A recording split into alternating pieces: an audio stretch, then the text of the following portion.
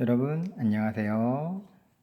네, 오늘은 두 번째 시간, 민재의 독서 일기를 들어갈 건데요.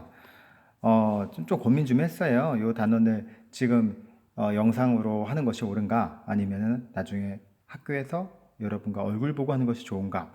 왜 이런 고민을 하냐면요. 민재의 독서 일기는 대놓고 수행평가 단원이기 때문입니다. 네, 먼저 우리 수행평가에 대해서 내가 언급을 살짝만 하고 지나갔던 것은 1단원인데요.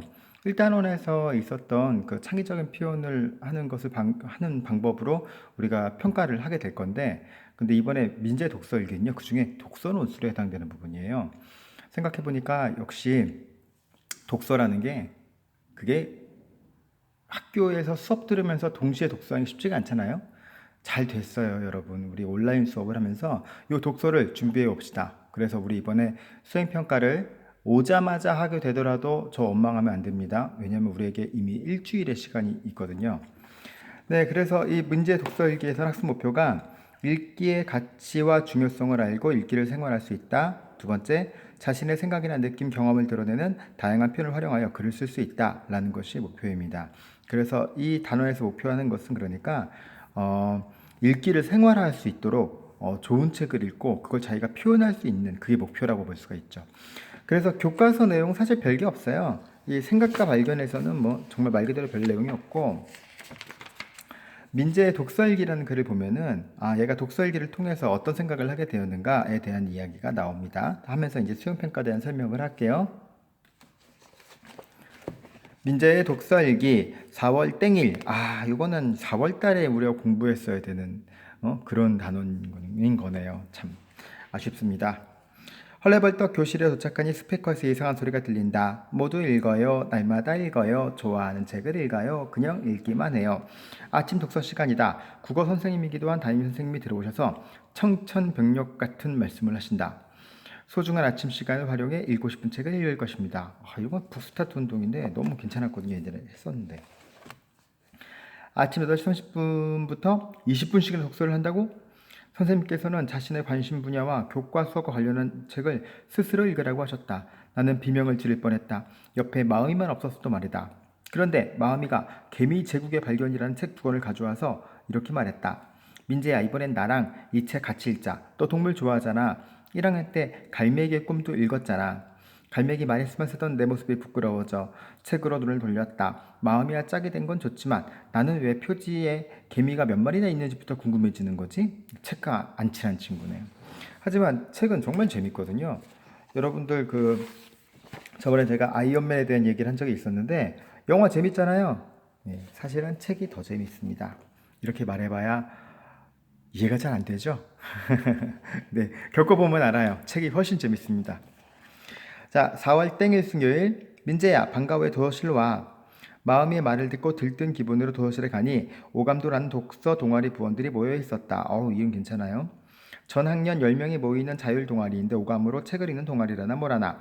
다른 때 같으면 뛰쳐나왔을 테지만 마음이 때문에 의자에 엉덩이를 붙였다. 동아리 회장인 3학년 누나가 독서토론, 서점과 공공도서관 방문, 독서기행, 독서캠프, 나만의 책 쓰기 등 1년 동안 동아리 계획을 발표하는데 뭐랄까 나는 깊은 늪에 빠지는 느낌이 들었다.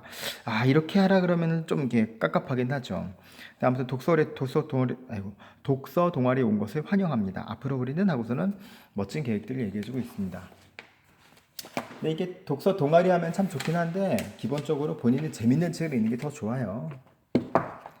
자, 4월 땡일 토요일. 야하, 양평 소나기 마을로 떠난다.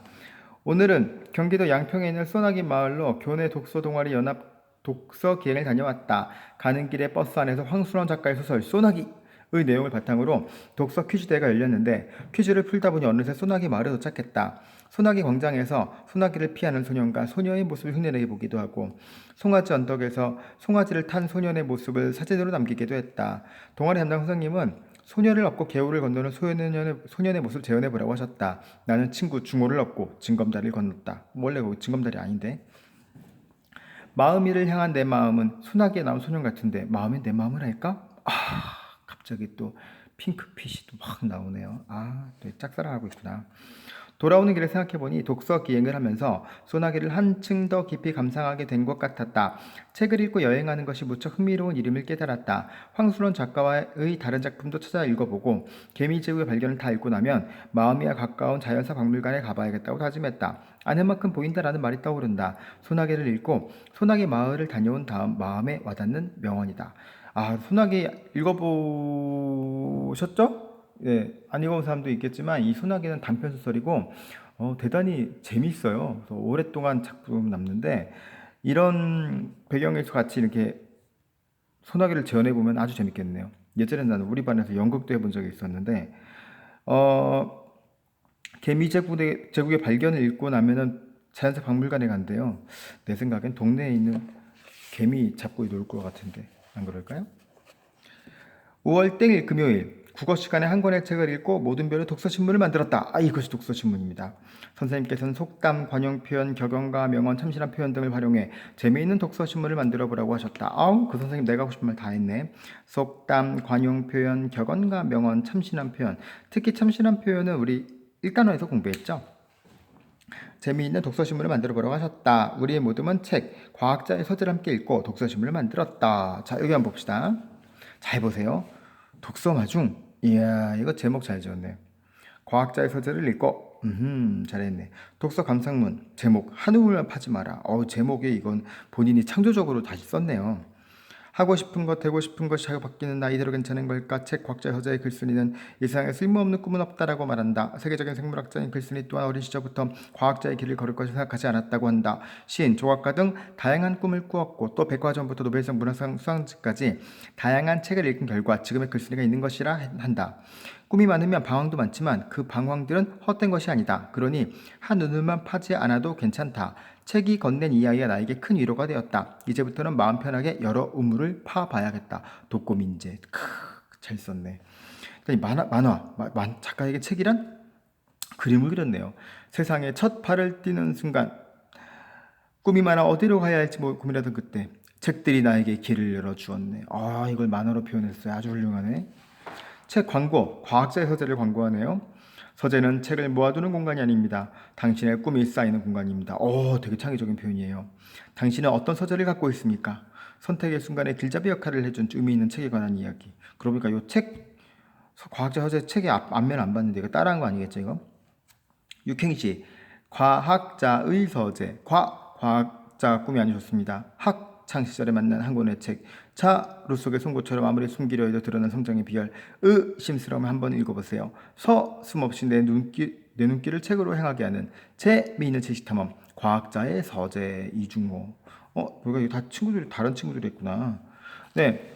근데 저는 모두 자기 혼자 할 겁니다. 감 잡았죠? 네. 독서 신문입니다. 자, 여러분 독서 신문을 만들 건데요.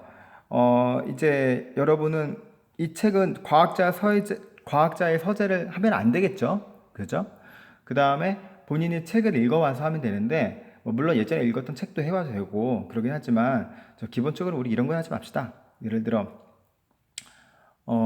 김유정의 동백꽃, 이런 것들은 몇 페이지 안 돼요.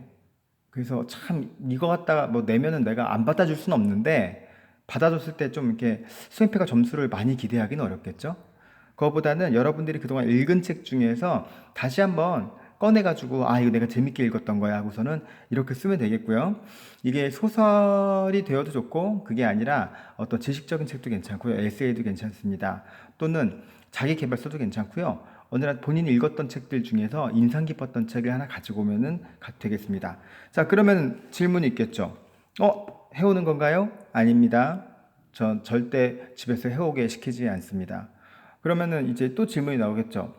그러면은 학위는 학교에서 하는데 그럼 미리 써와도 되나요? 안 됩니다. 예, 책은 가져와도 되지만 미리 써오는 것은 되지 않습니다.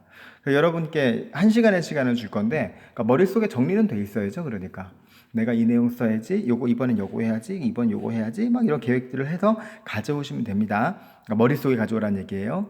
하지만 미리 써오는 것은 안 되고요. 또 여기 지금 과학자의 서재에 대해서 감상문에 만화에 책 광고에 유킹시가 있는데 요대로 하지 않아도 당연히 괜찮습니다. 여기 만화 했는데요. 만화 안 넣고요. 시를 넣어도 상관없는 거예요. 여기 감상문을 썼는데요. 감상문 뭐 괜찮아요.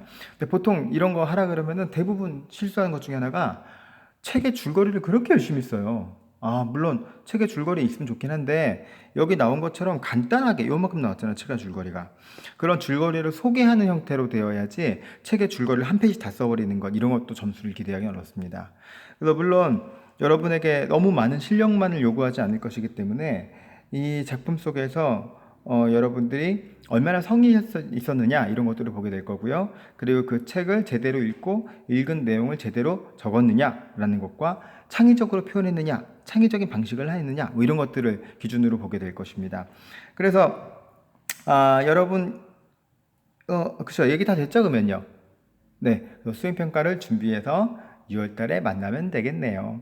이 영상 촬영이 보니까 앞으로 3개밖에 안 남았어요. 이거 하나, 그 다음에 또 하나 이러면 끝날 것 같거든요. 그러니까, 우리가 만날 날 얼마 안 남았습니다. 그러니 여러분, 우리 만나자마자 서로 어색한데 수행평가나 합시다. 마음의 준비됐죠?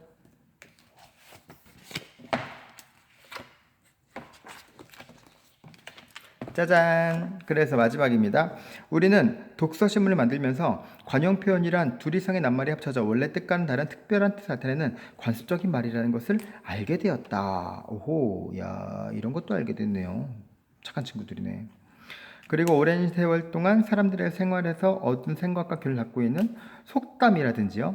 인생에 관한 교훈이나 경계 따위를 간결하게 표현한 격언이나 명언, 창의적인 발상을 바탕으로 한 참신한 표현 등을 써서 인상적으로 나타낼 수 있다는 것을 깨달았다. 그러고 보니까 여기는 뭐가 있었지? 여기는 보이죠? 이 세상에 쓸모없는 꿈은 없다. 이거 글쓴이가 한 말이구나. 여기 있다. 그러니 한우물만 파지 않아도 괜찮다. 한우물만 판다? 한우물만 파지 마라? 이거 속담이잖아요. 그렇죠? 그러니까 그런 식으로 참신한 표현들을 쓰는데 본인의 참신한 표현도 그렇지만요. 속담이나 격언, 명언, 그 다음에 이 관용 표현 써도 괜찮습니다. 그 중에 다른 건 알겠는데 관용 표현을 하면 좀 이상하죠? 예를 들어 이런 거예요. 여러분, 이런 표현 혹시 아나? 예, 좋다. 누군 나라갈까요? 박종훈 선생님은 발이 넓어. 라고 얘기하면은 여러분 발이 넓다는 말을 어떻게 알아듣습니까? 발이 막 있다만 해요? 물론 그렇게 이해할 수도 있겠죠. 하지만 발이 넓다는 말은 사람들을 많이 한다는 뜻으로도 통용이 되죠.